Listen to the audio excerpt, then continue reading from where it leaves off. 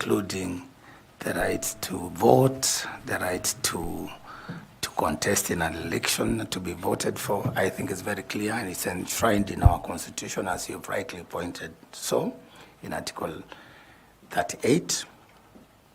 And these rights, the same Constitution in Article 88 sets up the institutional framework, the policy and institutional framework through which we can now exercise that right. And I must say, from the general principles of elections or electoral processes in Article 81, we are called upon to ensure that the elections are not only free and fair, but also should take into account the fact that not more than 2/3 of those holding elective posts are from positions are from the same gender. Then in the same Article 81, we are also called upon as a commission and as a society to look at the specific needs of the people with disability. Then we have, of course, provisions around our youth, our women, and of course the marginalized people. The sort of called minority or marginalized people. We like to, even for us from Turkana, we see ourselves as marginalized, and I can actually defend that. So the whole legal framework that supports the realization of the right to vote, the right to participate in the political processes.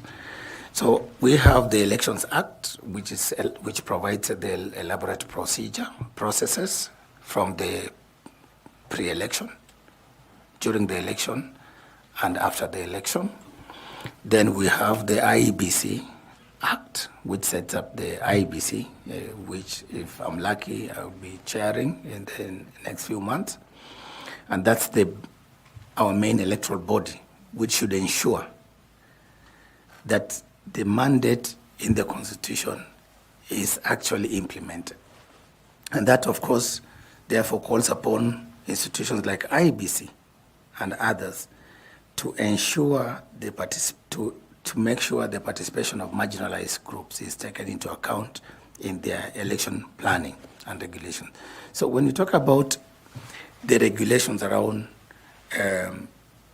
voter education, for example, or voter registration, from my experience, and I did mention to the panel that I actually served as a registration officer and then a presiding officer.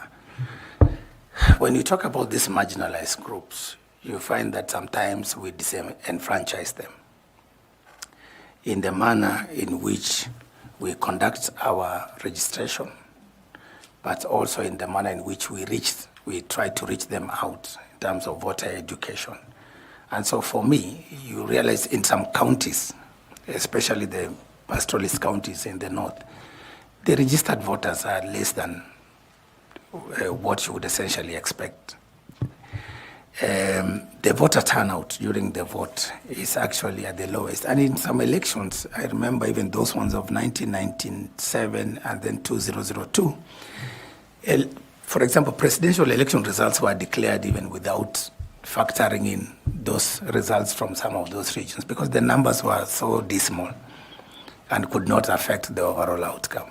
So I think as we have conversation around this issue, we need to look at those internal processes, but also external processes, the barriers, and how we can remove those barriers. So just picking it up from there, yeah. I see you have identified some of the challenges that the